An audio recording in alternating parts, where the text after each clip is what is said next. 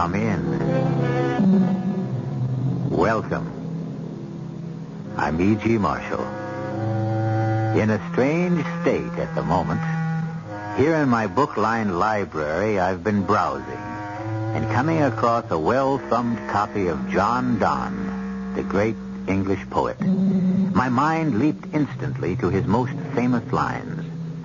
Any man's death diminishes me because I am involved in mankind, and therefore never send to know for whom the bell tolls. It tolls for thee. And suddenly I was reminded of a story which half relates to that doer prophecy and half, well, judge for yourself. Our mystery drama, When the Death Bell Tolls, was written especially for the Mystery Theater by Ian Martin and stars Mary Jane Higby and Rosemary Rice. It is sponsored in part by Buick Motor Division and Sign-Off, the sinus medicines. I'll be back shortly with Act One.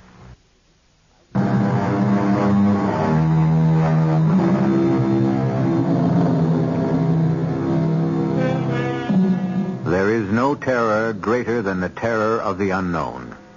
That's a cliché almost all of us accept without question. And yet, so few of us ever really face it except vicariously.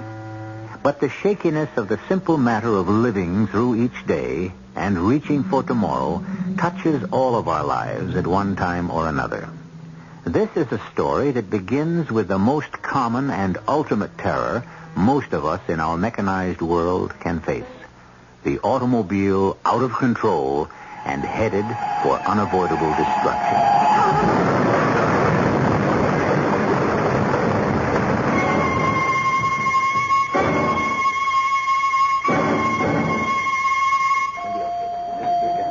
All right, everyone, cool it. Dr. Anzuli. Yes, sir. Have the orderlies get the man into emergency and get me a rundown on him. Right away, sir. The woman is dead. Nurse, take her to the morgue. Yes, Doctor. Okay, Sergeant. How did it happen? Well, I was on patrol with my buddy, Doctor, and we just called in our 2 a.m. check, and we heard this crash. Now, from the sound of it, I knew it had to be Slate's Corner. Why? And if you don't mind, tell me as we walk into emergency. Now, I don't know if you know that road. Yes, Bayberry Lane. Bayberry Lane, right where it takes that almost 45-degree turn. With old man Slate's private brick wall facing you if you don't make it. And that's what they hit, huh? Oh, just about head on. He'd started to make a left turn, so the passenger side took the worst part of the collision. And that's why the woman is dead.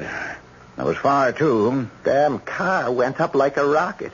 The guy managed to roll out and get away from the flames, but the woman, well, you saw her. Yes, and she was lucky at that. Her neck was broken at the moment of impact. Probably never even felt the flames. There wouldn't be none of her left if we hadn't been able to hook her out of there. The car was still burning when we left with the ambulance. You know who they are? And we got some identification off the guy, driver's license, etc. Dana Trent's his name. Okay. Suppose you give the admitting office all the information you got while I check Mr. Trent out with Dr. Anzuli. Yeah, I'll take care of it. Oh, how's it look, Dom? He's in shock, Doctor. I've got whole blood on the way.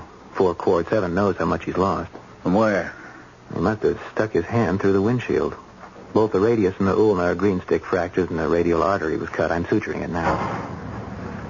Oh, that's fine, nurse. Yes, bring the tree around to this right side. Yes, Dr. Mitchell.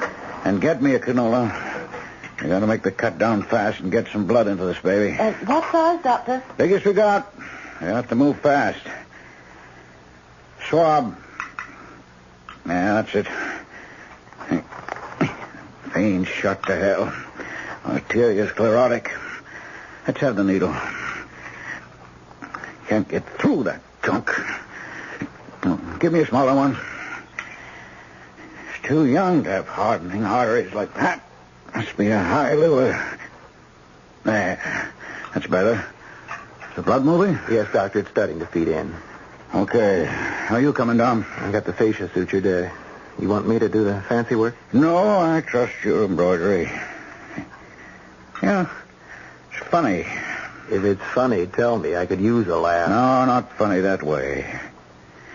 When I was talking to the sergeant, from his report, he must have gotten to the accident within a couple of minutes. They had a tourniquet on Mr. Trent here as soon as they had him in the ambulance. And the police must have done something to stem the bleeding till it got there. So how come he's lost so much blood? Search me. You can see what deep shock he's in. Did you palpate him at all? No, I was too busy fixing up his arm. Okay, nurse, move his other arm out of my way. But make sure that blood keeps feeding. Yes, sir. There's no sign from the outside he hit that hard. Well, he took most of the force of the shock on his arm. His abdomen is pretty rigid. Yeah, I don't like the feel of his liver. And I can't locate the spleen. Nurse. Yes, sir. Alert OR, possible emergency operation. Hepatography. See if Gentry's free to assist. Yes, Dr. Hobbs. What about anesthesia? I'll get Dr. Schultz for the anesthesia, general inhalation. But tell him the spleen is involved. Yes, sir. What's the matter, Dom? You slip a stitch? No, sir. Maybe I speak as a poor old 27-year-old resident internist, but is an operation really necessary? If there's liver damage, can't we control it medically? It could be fatal not to go in and stop the bleeding, I'm sure, is there. It could be just as fatal to operate while he's in deep shock. It's a toss-up. But we don't have to argue about it yet. Let's get him into X-ray and patch up his other troubles. You handle that while I go out and see the sergeant and find out a little bit more about just who this carcass is that we're arguing about. How's the patient, Doc? It's touch and go, Sergeant. Did you get an identification? Did I? And have we bought ourselves a live one? See, this guy Trent. Now, reason I guess none of us reacted too much to his name is he's been out of the picture a long time. I thought they got divorced. Who? Laura Stanton and him. Laura Stanton? The Philadelphia Stantons. Multi-millionaire family. She married this actor who turned out to be a real bad actor maybe 20 years ago. Oh, well, they'd be out of my circles. Them kind of people are outside of my circle in one way, and in another way they ain't. Now, I just talked to the lieutenant, and he wants to keep this under wraps until we get the story straight. Now, first of all, is this guy going to live? I can't answer that, Sergeant. He's an X-ray now, and where we go from there is an open book. The one thing I do know, that now he's identified, we've got to get his family or his nearest relative here fast. I guess that'd be his daughter. And let me have her phone number so I can bring her in. My guess is that an emergency operation is indicated. Technically, I'd need permission to go ahead with the risk involved. Well, you're busy, Doc. Well, why don't you let me handle that for you? I'll get her down here right away. Okay. I'll be right with you, Dom. He's got some wet plates may tell the story better than we know yet. But I have a hunch I have to operate. And from what you tell me, I'd feel a lot safer if I had the family's permission. I won't let you down, Doc.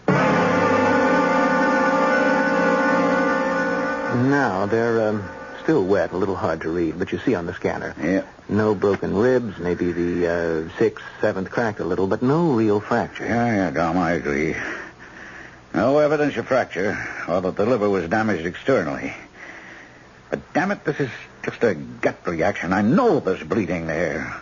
Dural hematoma, pelvic hematoma, aneurysm, I don't know. I think we got to go in.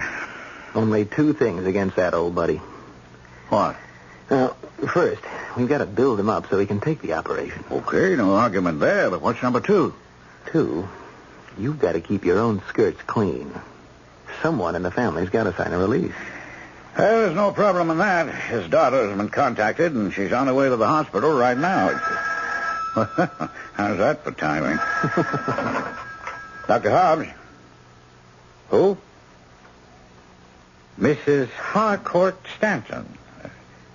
She did? No, I'm expecting a Mrs. Olivia Trent. Oh, wait a minute. That must be the grandmother. Yes, of course. Send her right in. Say, is this the legendary Mrs. Stanton, the one who wore sneakers to the inauguration ball? Well, I know nothing about the lady's idiosyncrasies, Dom. I guess with her background, she can afford to do it. You're about to learn some of her idiosyncrasies. How do you know so much about her? I was born and bred in Paoli, just outside of Philly. I'm a treasure house of knowledge about it and Rittenhouse Square and then people like the Stantons. You want me to let her in before she breaks it down? Yeah, maybe you'd better. About time. I detest being kept waiting. You're very young for a surgeon, Dr. Hobbs. I'm Dr. Renzulli. I'm the resident. All I do is make guesses. The mistakes, I leave up to Dr. Hobbs. Won't you sit down, Mrs. Stanton? Oh, so you know who I am. Oh, yes. The nurse warned me. I mean, alerted me. I was expecting your granddaughter, Miss Trent. Olivia seldom leaves the house. She's a recluse. She is extremely delicate and easily upset. Besides, she would have been of no legal use to you. She hasn't reached her 18th birthday yet. I'm still her legal guardian. I see. I understand you want permission to operate on my son-in-law. Well, we would merely like authorization in case it should become necessary. Well, is it or isn't it? I'm afraid it isn't quite that simple, Mrs. Stanton. Why not? You know what happened early this morning? I know that my daughter Laura left our house with her husband and that he smashed the car into a stone wall. He smashed himself into the same wall. Only my daughter is dead, and he is still alive. But very seriously injured. There's damage to the liver, probably the spleen is affected, and there's hematoma and severe internal bleeding. At this moment, what would you estimate his chances of recovery from a surgical procedure might be? Well, I can't be too hopeful. Perhaps 50-50. And if the operation is not performed, Dr. Renzulli? Well, if his condition doesn't improve in the next 12 to 24 hours, I could be wrong. The operation would become mandatory. But if we wait, in the meantime, he might bleed to death. We'd never let it go that far. But in your opinion, without the operation, his chances of survival would be lessened? In my opinion, yes. Thank you, gentlemen. That's all I wanted to know. I have the consent form for the operation here, Mrs. Stanton, if you just sign it now. I haven't the slightest intention of signing it. I hope you're right, Dr. Hobbs, and that Trent bleeds to death as you anticipate. It would be a small return for the way he has bled my family. I absolutely forbid any operation. But, Mrs. Stanton... I'm gambling that you are right, Dr. Hobbs, and Dr. Renzulli is wrong. The best this man deserves is to die, and I would be happy to think he did it the same way he did it to my daughter. Slowly, irreversibly, just to bleed to death.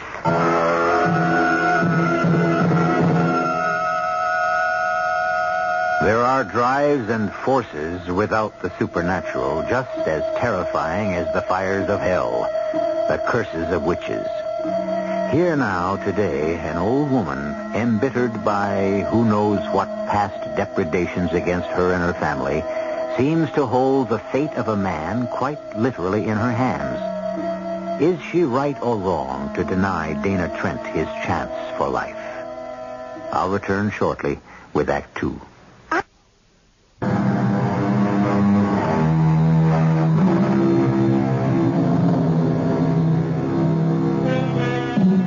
Dr. Mitchell Hobbs, Assistant Chief of Surgery at Temple Hospital, had been on duty for nearly 24 hours. After leaving instructions about his patient, he allowed himself the necessary luxury of some sleep. But when his alarm woke him at 7 a.m., and after examining Dana Trent, this quiet and controlled man became a raging tiger. Nurse! Nurse! Yes, Dr. Hobbs. Where is Dr. Renzulli? Well, he went out less than an hour ago. He left this for you. What is it? It's a note or a letter. How come he was wakened before me? Well, he only had the duty since 8 last night. He told us to wake him instead of you if necessary. Is this a hospital or a fraternity house? Why should he take it upon himself to... Oh, wait a minute. I'm afraid you're right about Trent, but I don't want you sticking your neck out. I've gone to the old witch to try to change her mind. Wait till you hear from me. That damn young fool. There isn't any time to wait. We might lose a patient. All right, now get on the pipe. I want Trent and 516 prepped right away. Alert OR. Yes, sir. Same orders as earlier this morning. If Dr. Renzulli doesn't get back within half an hour, I'm going ahead, permission or no permission. I'll need an assistant and a full abdominal team, and the best anesthesiologist you can dig up. Maybe you can still get me Gentry. He only lives a couple blocks away. But I'm serving notice. This is emergency. Capital E. Well, do you have a clearance I can file with surgery, Doctor? No, I don't. If I lose the patient, my neck's on the block. And if anyone wants a scalpel to cut it loose, he can have mine.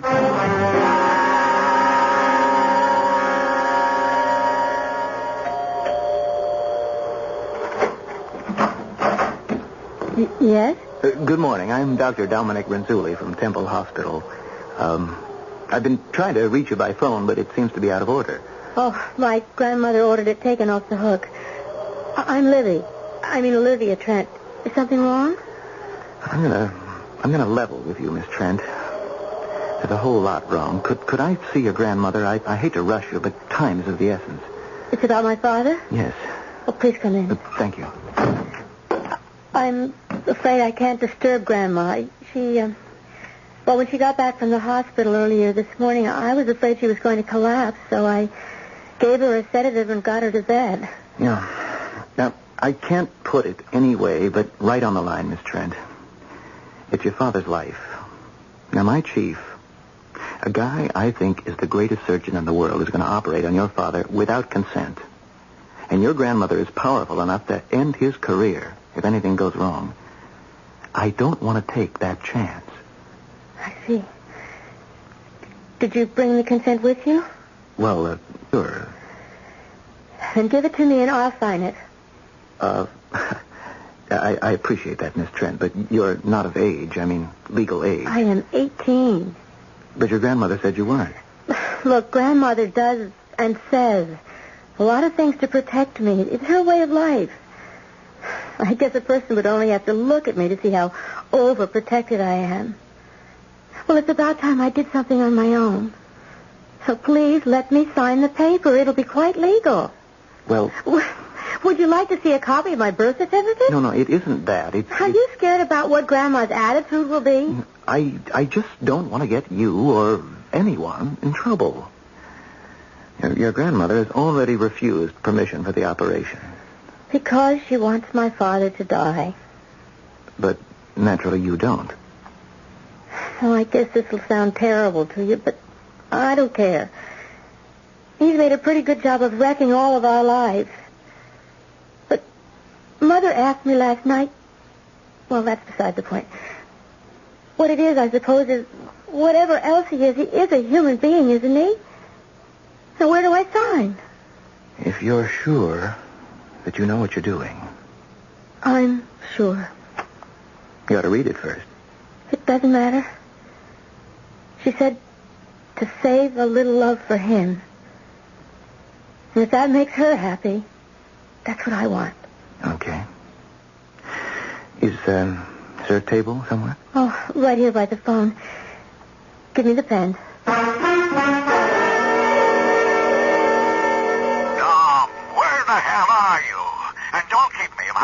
I'm on my way to operate. That's what I wanted to talk to you about. Well, I don't. If you can see the blood count and the rest of his vital signs, you Simmer know. down, man. I just wanted you to know you have my blessings and the family signature. You mean you got that tough old dame to sign a release? I didn't have to tilt that windmill. I have Miss Trent's signature. Oh, but she's underage. Fear not. I am sitting here gazing at a legal document I haven't seen since I did my tour of duty as an intern on the OB floor. A birth certificate. Olivia Pearson Trent is a doddering old crone of practically 19, and she signed the consent form, which I'm about to bring back to the hospital. The lady killer, as my father used to say in another era. See you at the shop. Well, by the time you do, it'll all be over one way or the other. I'm on my way to the operating room right now. May I ask what you're doing in my house, Dr. Renzulli, Grandmother? And he came here to get permission to operate on Daddy. And you gave it? Yes. No matter what he's done, no amount of wrongs make a right. Well, I suppose there's no way I really could have stopped it. But before you leave, Dr. Renzulli, I want you doctors to know what kind of man you're trying to save. Mrs. Stanton, No, you force yourself into this. You stay until I shame the devil enough to tar you with the same brush. Grandmother, please. When one is as prominent socially as the Stantons are, and as wealthy, one needs constant protection. Grandmother. Quiet. Especially girls. I tried to protect Laura as carefully as I protect Olivia. But I failed. You can't live other people's lives for them. They have to live their own. Would you want me to have left you free to lead the life your mother led? Maybe if she'd had more freedom of choice, she mightn't have ended up as she did. Are you making me responsible for that? No! Mrs. Stanton, I really... I'm not finished yet, young man. I had a very difficult time having Olivia's mother. I lost 3 children before she came, and I never could have any more after her. I was also not as young as I should have been, and she was premature. It was a very difficult time for me, particularly since within a year after I brought Laurie home, my husband died very suddenly. You see, Laurie never knew a father. I had to bring her up and protect her. Grandmother. Hush, child, hush. I want to get this said. There was a young man in my husband's organization named Dana Trent. He was my husband's secretary. He was a great deal of help through the years, I thought then, because of his regard for my husband. I would have advanced him in the business, but he lacked ambition, and I needed him for other things. He was a suitable escort for a widow, and Laura was crazy about him from the time she could walk and talk. I could never marry again after Court died, and I felt that he served rather well as a sort of surrogate father for Laura. Oh, he was a charmer with very winning ways and handsome, and I saw to it he had every luxury. I'm a very tough, smart woman, but about some things we can all be blind. And when Laura was 16, Mr. Dana Trent made his first repayment of my kindness and indulgence. What? Laurie is going to have my child. It seemed appropriate for me to request her hand in marriage. You unspeakable... Laura, is this true? Yes, Mother. How long She's have in you... her 4th month. Too late to do anything about it, I assure you. That's what you think. I'm going to have you arrested for statutory rape. You do, Mother, and I'll kill myself. I love Dana. I've always loved him. And I want to marry him. I want to have his child. Just as I've always loved Laura. You know that. Leave the room, Laura. It's no use. It's all right, honey. Go ahead. Just leave this up to me. Everything is up to you from now on. And for always, Dana. I love you. If I had a gun, Dana, I'd kill you. No, you wouldn't. You know Laura's future depends on me. Her happiness. You wouldn't do anything to destroy that. So we shall be married, go to Europe, drop out of sight for a year or so, and then bring you back your grandchild. Oh, there may be a little talk, but that blows over soon enough. Now, shall we discuss income?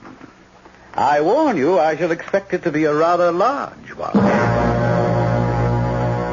It was a very large one. And they did bring my granddaughter back to me and abandoned her with me.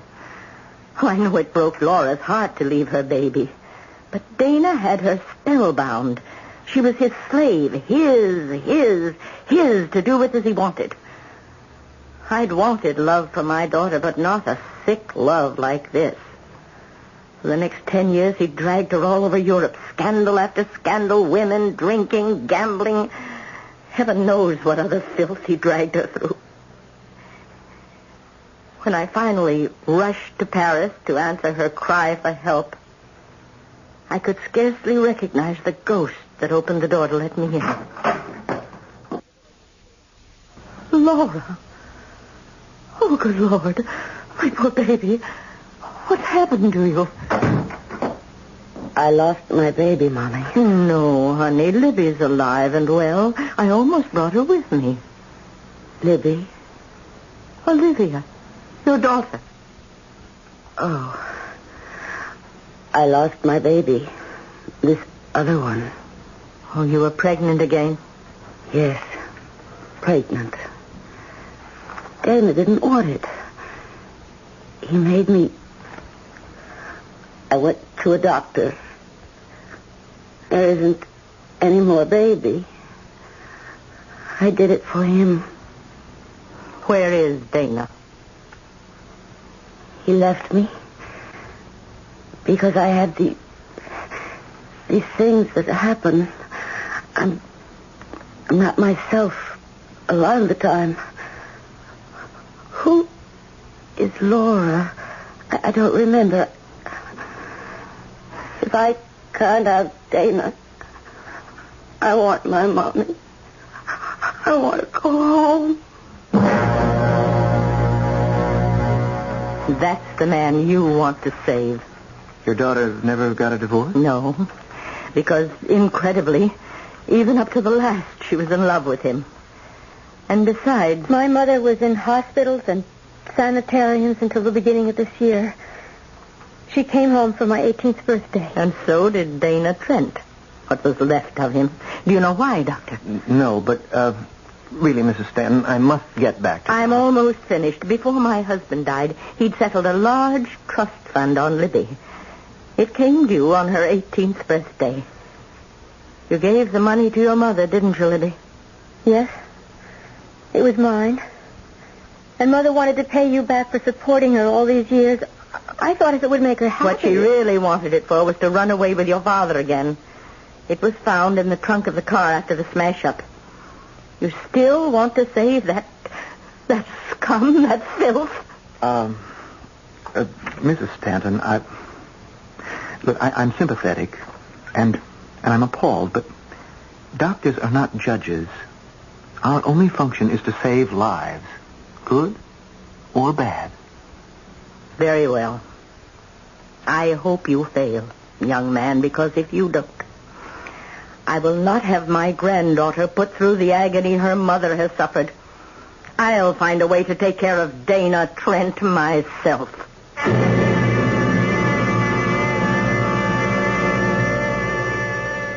Both Dr. Dominic Renzulli and Libby look at this indomitable and tough old woman with some consternation in their eyes. She is just formidable enough to carry out her threat. Will she have the opportunity? And will she actually go through with it? I'll answer those questions when I return shortly with Act 3.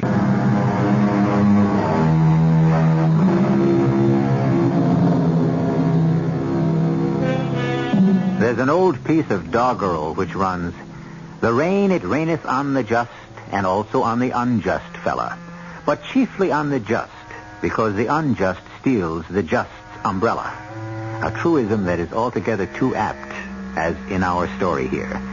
But unfair as the ways of the world may be, no one of us can set himself up as God and decide on the right of another to live or die.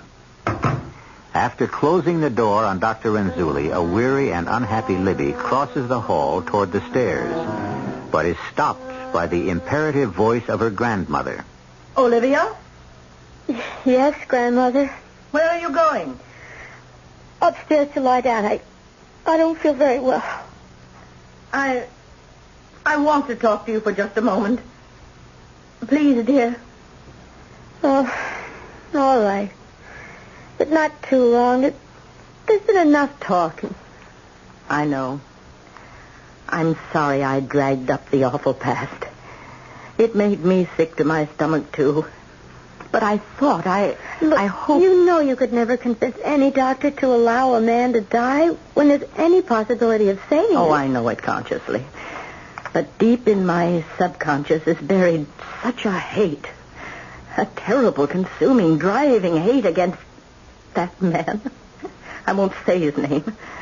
That I am willing him to die. And if God doesn't answer my prayer, then... Well, that's my business. No one else's. Libby, dear. Yes, darling, what is it? I want some reassurance from you. Me? What can I offer? About your mother. Oh, Libby, was it all my fault? Did I overprotect her, shield her too much from life? smother her, drive her to run away from all my love to someone else.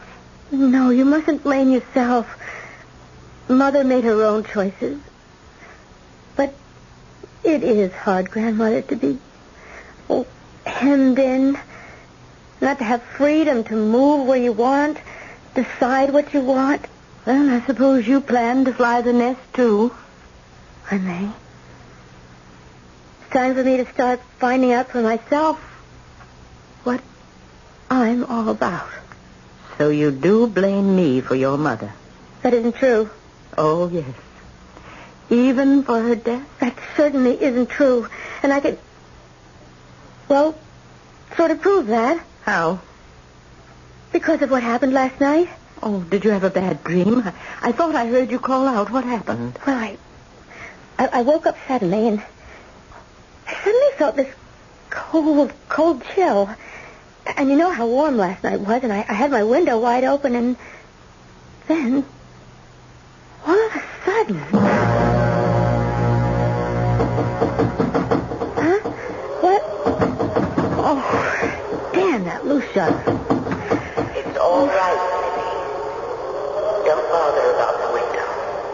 Mother, you came back. Only for a moment, my darling. Just to say goodbye. Where's Dad? At the wheel. At the wheel. But I want to ask you, now that I finally see him for what he really is, save a little mourning for him. He can't help himself any more than I can. Mother! What is it? I can see right through you. The wall, the pictures, even the pattern of the paper. That's because I'm already dead. I love you. And neither of us deserves to live. You see, I had to grab the wheel and kill us both because we were poisoning your life.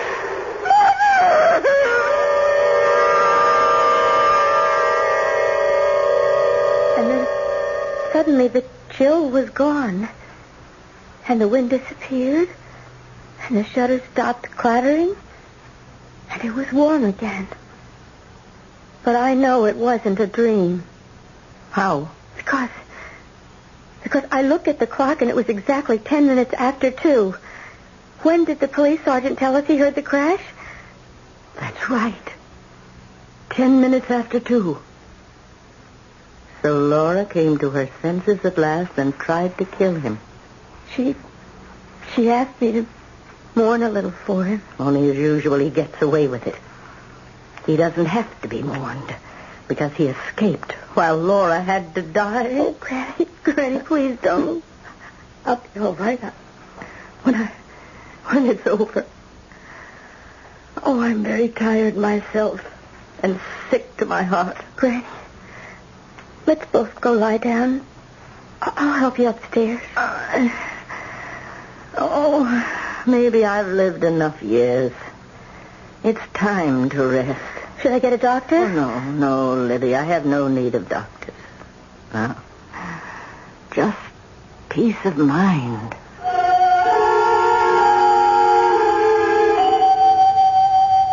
Dr. Renzulli. Doctor? Why, yes, Miss Trent. What is it? Look, I've got to talk quickly. Somewhere more private, please. Come on, I'll take you to Dr. Hobbs' office. What's wrong? This is my grandmother. Have you seen her? Here, I mean. No. Why? Well, shortly after you left this morning, we both went to lie down. I couldn't sleep. I kept worrying because I'd remembered about the gun. What gun? Well, the one we kept in the chest of drawers in the upstairs hall. Grandmother always kept one there, loaded. Well, 3 women alone in a house with nothing but women servants should have protection, she said. Well, the gun is gone. Oh. And you think your grandmother took it? You heard what she said about taking things into her own hands. Look, this is Dr. Hobbs' office. I'll put you in here while I... Libby, what are you doing here? Looking for you. Why are you here? Well, I came to see Dr. Hobbs. His nurse told me that I'm too late. The operation has already begun, so I'm waiting. Why? Well, I have a vested interest in the result. Obviously, my future depends on it. It may be rather a long wait, Mrs. Stanton. May I take your bag and put it somewhere? No. I prefer to keep it myself. I just thought you looked uncomfortable. I am quite comfortable, thank you, Doctor. I'm accustomed to carrying a bag. I just look kind of heavy. It is. Granny, let me have the bag. Now, what is all this fuss about my bag? What for? I want the gun you have in it. What gun? The one from the chest in the upstairs hall. The one that is missing. Oh, so you noticed that too, eh? What do you mean, two? I did go for the gun. I had intended to use it, but it wasn't there. Wasn't there? That's right. Oh, don't look so disbelieving and scared. Here, take the bag and see for yourself. I'm quite unarmed and reasonably safe. Well, then who took it? I did a lot of thinking about that. And suddenly, remembering back to your, well, let's say your dream, I suddenly am quite sure it was Dana. Why? Because I don't think your mother went with him willingly. I think that's why... Well, we won't go into that in front of Dr. Renzulli. I think when we check with the sergeant, the gun will be found in the remains of the car. Funny. I'm a foolish, rigid woman who's made a lifetime of mistakes. But suddenly I realized how blind I've been, and my eyes were opened by my granddaughter. Me? Yes. Oh, poor Laura. I sheltered her, overprotected her, kept her from any freedom of choice, just as you said. But I won't make the same mistake again. Oh, Granny, do you have your own money, Libby? Your future is your own. I won't interfere anymore. I'll get out of your life. You'll be better off without me. Granny? Yes. Just this. Hold me. Oh, I'm not letting you go. You see, I've made my choice. To stay with you. Oh, but Libby, you... I see everything so clearly now. I never had a mother or a father. But I had you. And I'll always have you. Oh, sure, someday there'll be a man for me. A man you'll help me pick. And there'll be children. And you're young enough to be here for once more around the clock. And this time it'll be all happiness you, me, and Mother ever missed. As for my father, let him come around. And we'll kick him out for good. Come on, Granny. Let's go home and start building a new life. No sense us sticking around. Would you please excuse us, Dr. Renzulli? Of course. And, the best of luck. We don't need it. We'll make our own. So, that's the whole story, Mitch. And that's the ever-loving character you plucked from the jaws of death. Well, I had no choice, Dom. But it's lucky she didn't decide to take the law into her own hands. What do you mean? Oh, the operation was a success as far as it went. I fixed up everything the car crash caused. But what 48 years of rough living have done to Dana Trent, no surgeon could fix. He has advanced cirrhosis of the liver and an extra quirk that nature, or maybe Providence, built in. An intrahepatic biliary obstruction. Non-operable? Non-operable. It's a safe bet he'll never leave this hospital alive.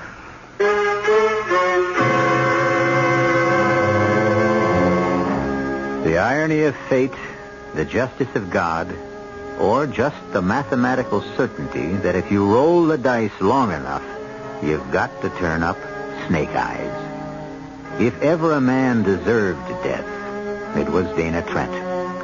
It's a pleasing thought to know that in the end, he made it for himself. From the Apocrypha in the Bible, and most probably the source of the piece of doggerel I quoted earlier, he maketh his sun to rise on the evil and the good, and sendeth rain on the just and on the unjust. This time the rain fell where I think we all would have wanted it to. And at least for once, evil found its own reward. Our cast included Mary Jane Higby, Rosemary Rice, Joan Lovejoy, Russell Horton, and Ian Martin. The entire production was under the direction of Hyman Brown. Radio Mystery Theater was sponsored in part by Anheuser-Busch Incorporated, brewers of Budweiser.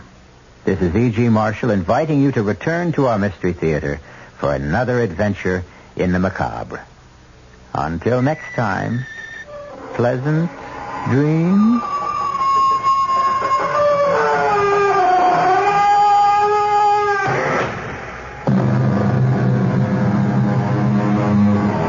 Tonight's WOR Mystery Theater was also brought to you in part by ShopRite Supermarkets, where you get a lot more for a little less.